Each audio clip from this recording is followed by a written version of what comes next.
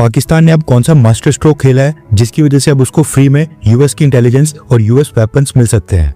भारत के प्रधानमंत्री मोदी जी ने डोनाल्ड ट्रंप को क्या संदेश दिया है, कनाडा में अब मेड इन इंडिया का विरोध कैसे हो रहा है, एंड और भी कई सारी इंपॉर्टेंट अपडेट्स आ रही हैं जो आपको मेन स्ट्रीम के न्यूज चैनल्स के ऊपर बिल्कुल देखने को नहीं मिलेंगी, इसलिए इस वीडियो को एंड तक देखिएगा। सबसे पहले बात करते हैं अमेरिका, इजराइल और भारत के बारे में। जैसा कि हमने आपको बताया था कि डोनाल्ड ट्रंप एडमिनिस्ट्रेशन ने जो गाजा के लिए 20 पॉइंट्स का एक पीस प्लान अनाउंस किया है, उसको मानने के लिए हमास को 4 दिन का समय दिया गया था और हमास की डेडलाइन खत्म होनी थी संडे शाम के 6 बजे।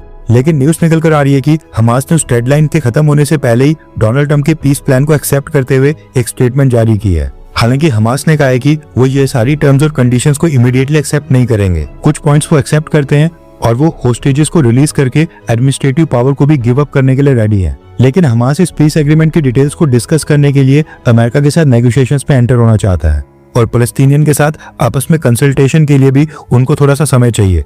यानी कि अभी भी हमास के कुछ कंसर्न्स हैं जिनके बारे में वो डिस्कस करना चाहते हैं।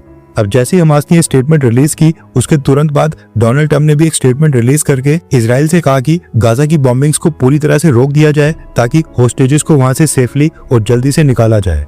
लेकिन जो लेटेस्ट रिपोर्ट निकल कर आ रही है उसके मुताबिक इजराइल ने अभी भी गाजा में ऑपरेशंस पूरी तरह से खत्म नहीं किए हैं। ट्रंप की रिक्वेस्ट के बाद भी कुछ एरियाज में स्ट्राइक्स और बॉम्बिंग्स जारी थी, जिनमें 9 से 10 लोगों को 72 उरों के पास पहुंचा दिया गया है।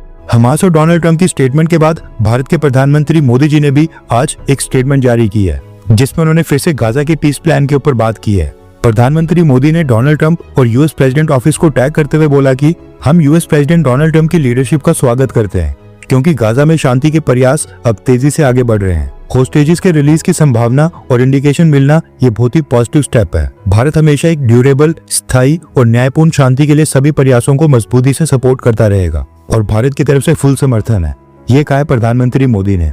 इन शॉर्ट प्रधानमंत्री मोदी ने भी डोनाल्ड ट्रंप को इंपॉर्टेंस देना स्टार्ट कर दिया है। न सिर्फ प्रधानमंत्री मोदी या हमारे मिनिस्टर्स बल्कि भारत का जो अमेरिका में डिप्लोमेटिक स्टाफ है वो भी डोनाल्ड ट्रंप की पार्टी के सीनेटर्स और डोनाल्ड ट्रंप की पार्टी के कांग्रेसमैन को रीच आउट करने के लगातार प्रयास कर रहा है। न्यूज निकल कर आ रही है कि भारत के अमेरिका में एम्बेसडर विनय मोहन क्वात्रा सर ने भी अभी कुछ ही घंटे पहले डोनाल्ड ट्रंप की रिपब्लिकन पार्टी के कांग्रेसमैन ग्रेग मर्फी के साथ मीटिंग की है और दोनों देशों के बायलैटरल रिलेशंस के ऊपर डिस्कशन की है। अभी कुछ ही दिन पहले भारत के एम्बेसडर ने स्टीव स्केलाइस नाम के एक और रिपब्लिकन के साथ मुलाकात की थी और भारत के साथ टाइज को डिस्कस किया था। कहने का मतलब है कि अमेरिका में भारत की जो एम्बेसी है वो भी इन दिनों बिजी है और डोनाल्ड ट्रंप की पार्टी के लीडर्स को कॉन्टेक्ट करके टाइज को इम्प्रूव करने की भरपूर कोशिश की जा रही है। हालांकि भारत जो ये मान सम्मान, रूल बेस्ड ऑर्डर्स और सॉवरेनिटी वाली राजनीति करता है, ये पाकिस्तान की करप्ट पॉलिटिक्स और बिकाऊ आर्मी के आगे फीकी पड़ जाती है क्योंकि अमेरिका और डोनाल्ड ट्रंप एडमिनिस्ट्रेशन को पाकिस्तान ने एक और लॉलीपॉप दे दिया है। रेफरेंस के लिए आपकी स्क्रीन के ऊपर आर्टिकल का स्क्रीनशॉट है। न्यूज निकल कर आ रही है कि पाकिस्तान ने अमेरिका को ग्वादर के पास ही अरेबियन सी में एक नया पोर्ट बनाने के लिए इनवाइट किया है और पाकिस्तान ने जो अमेरिका को लोकेशन ऑफर की है वो है ईरान और अफगानिस्तान के काफी क्लोज, जिसकी वजह से स्ट्रेटेजिक सेंस में अमेरिका के लिए ये एकदम परफेक्ट लोकेशन मानी जा रही है। अभी कुछ दिन पहले ही पाकिस्तान आर्मी चीफ और पाकिस्तानी प्राइम मिनिस्टर की एक पिक्चर वायरल हुई थी जिसमें आसिम मुनीर डोनाल्ड ट्रंप के ओवल ऑफिस के अंदर एक सेल्समैन की तरह डोनाल्ड ट्रंप को ब्रीफकेस के अंदर रेयर अर्थ एलिमेंट्स दिखा रहा था जो पाकिस्तान की बलूचिस्तान डिस्ट्रिक्ट में मौजूद है।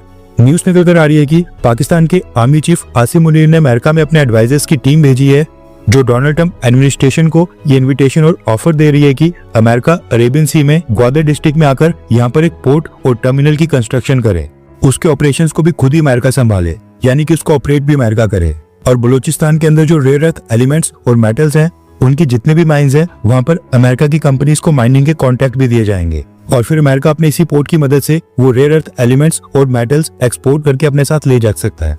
पाकिस्तान के एडवाइजर्स की टीम ने पूरा एक इन्वेस्टमेंट प्रपोजल बनाकर अमेरिका भेजा है जिसके तहत बलूचिस्तान से इस नए पोर्ट तक रेलवे लाइन्स और रोड नेटवर्क भी बिछाया जाएगा। बलूचिस्तान के अंदर जितनी भी अलग अलग माइंस हैं उनको इस अमेरिका के नए पोर्ट के साथ कनेक्टिविटी प्रोवाइड की जाएगी। अब सवाल ये उठता है कि जब ग्वादर में पाकिस्तान के पास इतना बड़ा पोर्ट है तो पाकिस्तान एक नया पोर्ट बनाने के लिए अमेरिका को इनवाइट क्यों कर रहा है? इसके पीछे का कारण है चाइना। दरअसल जो ग्वादर पोर्ट है वो सीपैक कॉरिडोर के अंडर चाइना ने पाकिस्तान को बनाकर दिया है और साल 2013 में पाकिस्तान की गवर्नमेंट ने चाइना की company China overseas port holding company को 40 सालों के लिए इस पोर्ट को लीज के ऊपर दे दिया था। यानी कि ये पोर्ट ऑफ ग्वादर साल 2053 तक 2053 तक चाइना के पास ही रहेगा और चाइना इसको ऑपरेट करेगा। चाइना इस पोर्ट ऑफ ग्वादर में अमेरिका की इन्वॉल्वमेंट बिल्कुल नहीं चाहता है क्योंकि ये चाइना के बेल्ट एंड रोड इनिशिएटिव का हिस्सा है जिसका अमेरिका विरोध करता है। अगर कराची पोर्ट की बात करें तो वो बलूचिस्तान के अलग अलग हिस्सों से रेयर अर्थ एलिमेंट्स वहां से पहले कराची ले जाना और वहां से एक्सपोर्ट करना, ये काफी टाइम कंज्यूमिंग और एक्सपेंसिव प्रोसेस हो जाएगा और काफी दूर होने के कारण इसमें सिक्योरिटी का भी काफी बड़ा मसला होगा। इसलिए पाकिस्तान ने अब अमेरिका को ग्वादर डिस्ट्रिक्ट में ही थोड़ी सी दूरी के ऊपर एक नया पोर्ट बनाने का ऑफर और इन्विटेशन दे दिया है। इस लोकेशन का नाम पांसी बताया जा रहा है और यहाँ पर एक छोटा सा पोर्ट ऑलरेडी है। इसको रीडेवलप करके दोबारा से रिकंस्ट्रक्शन करके इसमें अलग अलग टर्मिनल्स बनाकर इसको मेजर पोर्ट बनाने की प्लानिंग की जा रही है। बात करें अमेरिका की तो अमेरिका को बेशक पाकिस्तान में पोर्ट ऑपरेट करने में कोई भी इंटरेस्ट नहीं होगा, लेकिन जो लोकेशन अमेरिका को ऑफर की जा रही है वो स्ट्रेटेजिक तौर पर काफी इंपॉर्टेंट है, क्योंकि ये जो पासनी की लोकेशन है ये ग्वादर से 70 मील की दूरी पर है और ईरान से केवल 100 मील की दूरी पर है। यहाँ पर अगर अमेरिका एंटर हो जाता है तो यहाँ से न सिर्फ ईरान बल्कि अफगानिस्तान और चाइना के बेल्ट एंड रोड इनिशिएटिव के ऊपर भी मॉनिटरिंग काफी अच्छे से होगी और जो रेयर अर्थ एलिमेंट्स और मेटल्स अमेरिका को मिलेंगे वो फायदा अलग से। अमेरिका के लिए स्ट्रेटेजिक प्लस इकोनॉमिक दोनों तरह के बेनिफिट्स होंगे। पाकिस्तान का कहना है कि वो ये पोर्ट अमेरिका को मल्टीपर्पज के लिए बिल्कुल नहीं देगा, यहाँ पर बस सिविलियन पर्पज की बात हो रही है। लेकिन ये हम सब जानते हैं कि जब अमेरिका इस पोर्ट को कंस्ट्रक्ट और ऑपरेट करेगा तो यहाँ की सिक्योरिटी के नाम पर अमेरिका इस पोर्ट में कई सारे डिफेंस इक्विपमेंट तो लगाएगा ही। अब देखना ये होगा कि अमेरिका पाकिस्तान के इस प्रपोजल के ऊपर क्या फैसला करता है, क्योंकि पाकिस्तान ने तो 10-12 बिलियन डॉलर्स के लालच में अमेरिका के ऑफर दे दिया है, लेकिन अमेरिका इसको एक्सेप्ट करके पाकिस्तान में एंटर होता है या फिर नहीं, ये देखना भी काफी इंटरेस्टिंग होगा, क्योंकि इस एरिया में बलूचिस्तान लिबरेशन आर्मी और तहरीक-ए-तालिबान पाकिस्तान यानी कि टीटीपी के फ्रीडम फाइटर्स का भी, उनके हमलों का भी खतरा है। वैसे मैं कोई जियोपॉलिटिकल एक्सपर्ट नहीं हूँ, लेकिन मुझे ऐसा लग रहा है कि पाकिस्तान अमेरिका को रेयर अर्थ एलिमेंट्स और मेटल्स की माइनिंग एंड पोर्ट का लालच इसलिए दे रहा है क्योंकि जब अमेरिका की कंपनीज इस बलूचिस्तान के रीजन में बिलियन ऑफ डॉलर्स की इन्वेस्टमेंट करेंगी, अमेरिका के डॉलर्स और इंटरेस्ट स्टेक के ऊपर होंगे, तो खुद के इंटरेस्ट के कारण यहाँ की सिक्योरिटी और इंटेलिजेंस गैदरिंग में अमेरिका भी बढ़ चढ़कर इन्वॉल्व होगा एंड इससे बलूचिस्तान लिबरेशन आर्मी और तहरीक-ए-तालिबान पाकिस्तान के साथ लड़ाई में पाकिस्तान को और भी मदद मिलेगी, अमेरिका का सपोर्ट मिलेगा and may be America Pakistan को इंटेलिजेंस सपोर्ट के साथ साथ वेपन्स भी प्रोवाइड करे, क्योंकि चाइनीज वेपन्स और चाइनीज सपोर्ट का पाकिस्तान को कोई भी फायदा नहीं हो रहा है। इसलिए पाकिस्तान किसी भी तरह अमेरिका को वापस से यहाँ पर लाना चाहता है।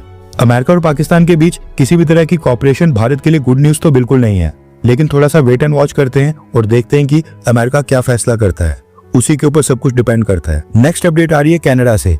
न्यूज निकल कर आ रही है कि कनाडा में अब खालिस्तानी एलिमेंट्स ने इंडियन एम्बेसी और हिंदू मंदिरों के बाद अब सिनेमा थिएटर्स को भी निशाना बनाना स्टार्ट कर दिया है। पहला इंसिडेंट हुआ था 25 सितंबर को और दूसरा इंसिडेंट हुआ है 2 अक्टूबर को। दोनों इंसिडेंट्स में कनाडा के ओंटारियो में ऐसे थिएटर्स को निशाना बनाया गया जहां पर भारत की मूवीज लगाई जाती हैं। एक इंसिडेंट में थिएटर को जलाने की कोशिश की गई और दूसरे इंसिडेंट में गन फायर की गई, यानी कि गन शॉट्स किए गए। अब इन दोनों इंसिडेंट्स के बाद ओंटारियो के सभी सिनेमा थिएटर्स ने इंडियन मूवीज की स्क्रीनिंग को रोक दिया है। बॉलीवुड और साउथ इंडियन सभी तरह की भारत की मूवीज को यहाँ पर बंद करने का फैसला किया गया है। इसके बाद सिख फॉर जस्टिस के हेड पन्नू ने भी एक स्टेटमेंट जारी करते हुए पूरे कनाडा में इंडियन मूवीज के ऊपर बैन लगाने की धमकी दी है और कहा है कि ऐसे हमले और भी हो सकते हैं, क्योंकि मेड इन इंडिया का लेबल नरेंद्र मोदी का एक पॉलिटिकल टूल बनकर रह गया है। और इसके साथ ही पन्नू ने भारत की मूवीज के साथ साथ मेड इन इंडिया प्रोडक्ट्स को भी बैन और बॉयकॉट करने की अपील की है। वीडियो रिकॉर्ड करते समय तक कनाडा की पुलिस ने दोनों इंसिडेंट के ऊपर कोई भी अपडेट नहीं दी है, बस भारत की मूवीज की स्क्रीनिंग को रोक दिया गया है। नेक्स्ट अपडेट आ रही है फास्टैग पेनल्टी को लेकर। दरअसल भारत सरकार और ministry of road and transports ने नए रूल जारी किए हैं, जिसके मुताबिक जो भी गाड़ी बिना फास्टैग या बिना फंक्शनल फास्टैग के टोल प्लाजा के ऊपर आती हैं तो फिर उनको कैश में डबल फीस पे करनी पड़ेगी एंड अगर वो यूपीआई से पे करते हैं तो उनको फीस का 1.25 गुना पे करना पड़ेगा। उदाहरण के लिए अगर किसी भी टोल प्लाजा के ऊपर फास्टैग में 100 रुपीज चार्ज किए जाते हैं तो अगर गाड़ी के अंदर फास्टैग और रिचार्ज होगा तो 100 रुपए ही कटेंगे, लेकिन अगर गाड़ी के ऊपर फास्टैग नहीं लगा है या काम नहीं कर रहा है तो फाइन लगेगा। और जब कैश में पेमेंट करेंगे तो डबल यानी कि 200 रुपीज देने होंगे और यूपीआई में पेमेंट करेंगे तो 100 का 125 देना होगा। यूपीआई वालों को कम पेनल्टी देनी होगी। Ministry of road transport and highways का कहना है कि वो कैश को इंसेंटिवाइज करना चाहते हैं ताकि लोग डिजिटल पेमेंट्स की तरफ बढ़ें, इसलिए कैश के लिए डबल पेनल्टी वाला रूल लाया जा रहा है और ये नई पेनल्टी 15 नवंबर से लागू हो जाएगी। वैसे क्या आप इन दिनों minister of road transport and highways Nitin Gadkari sir की परफॉर्मेंस से खुश हैं? हाँ या फिर ना, नीचे कमेंट करके अपना फीडबैक जरूर दें। हर 24 घंटे के अंदर जियोपॉलिटिक्स में बड़े फेरबदलाव और उलटफेर हो रहे हैं और भारत के लिए नए चैलेंजेस आ रहे हैं।